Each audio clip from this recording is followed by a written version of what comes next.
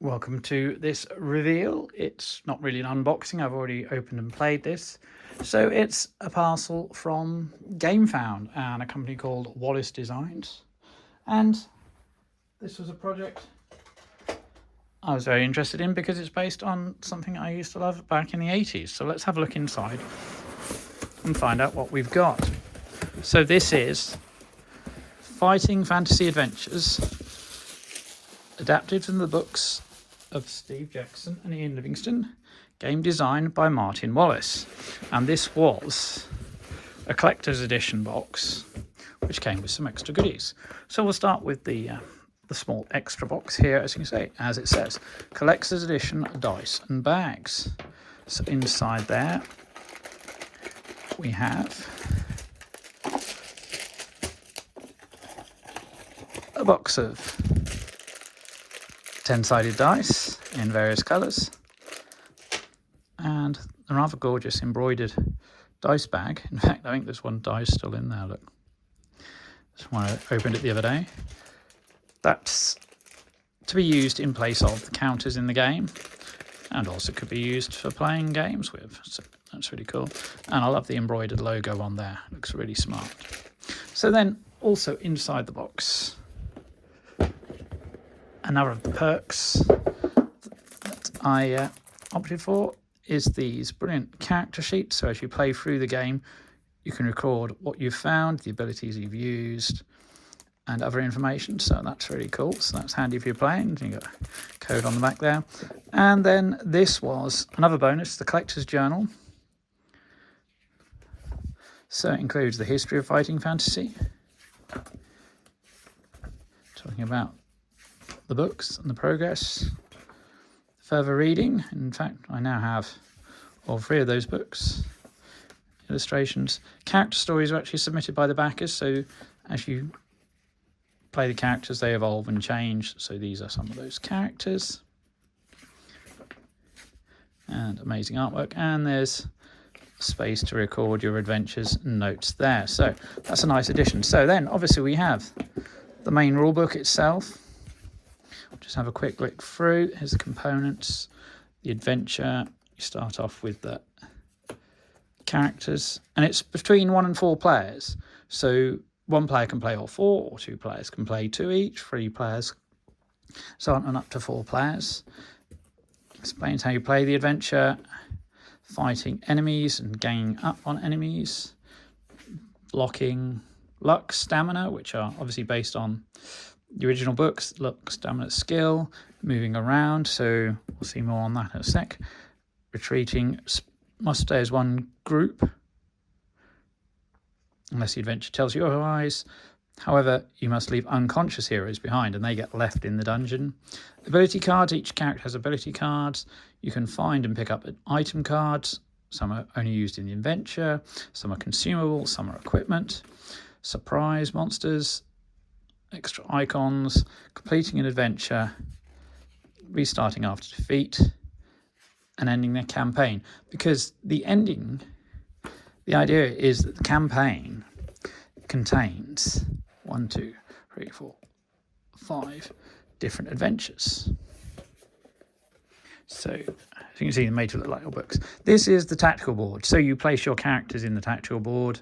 The enemies are then placed in these spaces up here. If you've got more than 4 enemies, they'd place in the extra spaces, or you might be told to stack enemies behind each other.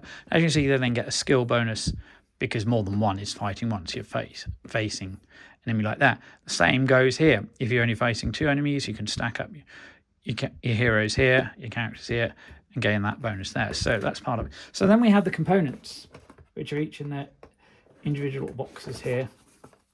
So we start off, and that should be the other way around actually. So that's volume 0. So this was the prototype adventure that they created and is now included in the box. So then we have the prototype, we have Warlock of Firetop Mountain, Island of the Lizard King, Deathtrap Dungeon, the Forest of Doom, all based on the books, and then the Siege of Stonebridge, which is effectively a follow-up. So these little boxes are really cool. And then inside the box as well is the map of Alancia, which is the area where all these adventures are set.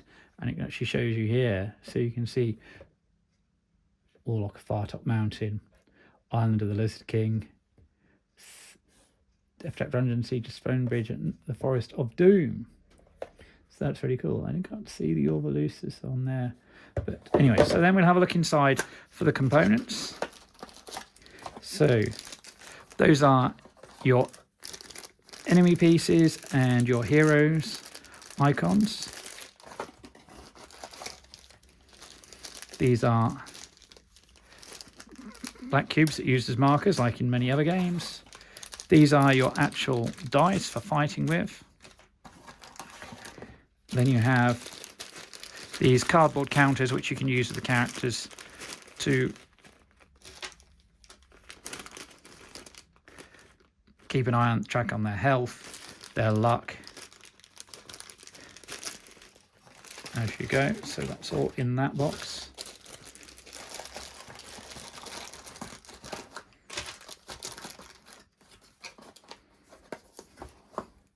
Just realised that there's one's over there.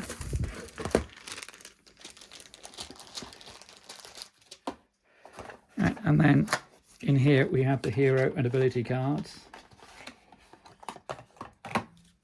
So you can see each hero then, I'll start at this end, a signed card, appreciation. So as an example, there's the basic level 1 scout. So he would have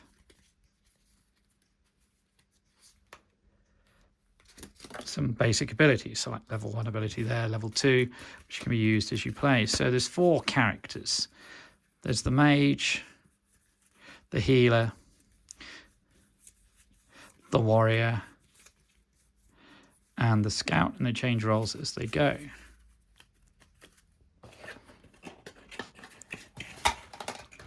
So then we'll use the prototype adventure as the example here. So as you play, there's 2 types of cards in here for the Orb of Lucius, or Adventure 0 as it's called.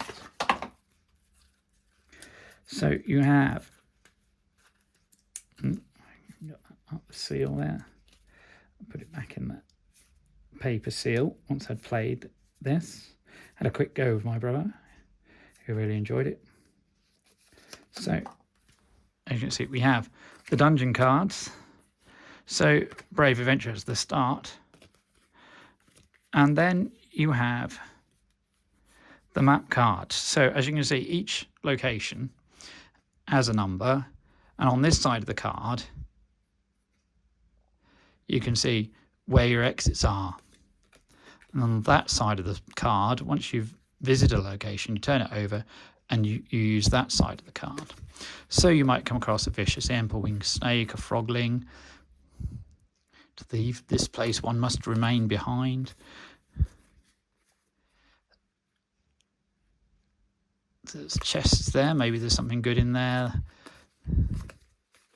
That gives you an idea of the sort of thing you're facing in this. So you literally place the cards, move around, fight the enemies, and search your dungeon. So as I say, there's multiple. I just managed to knock my camera.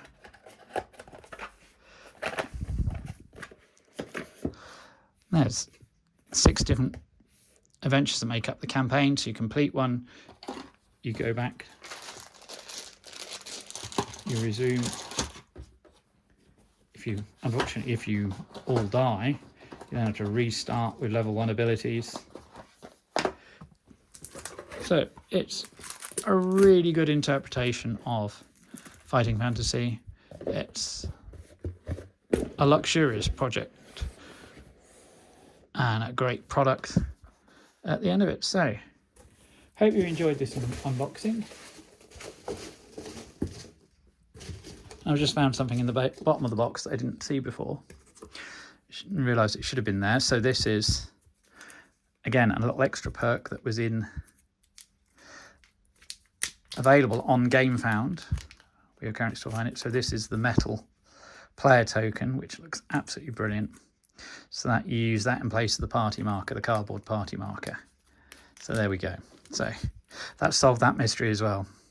I hadn't seen it before, so now I know I've got everything I backed. So have a look on Gamefound.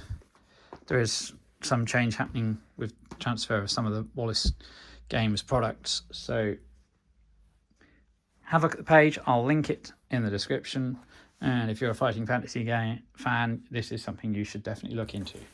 So thank you for watching. Stay tuned to the channel for more merch stand, retro shelf unboxing and gameplay videos.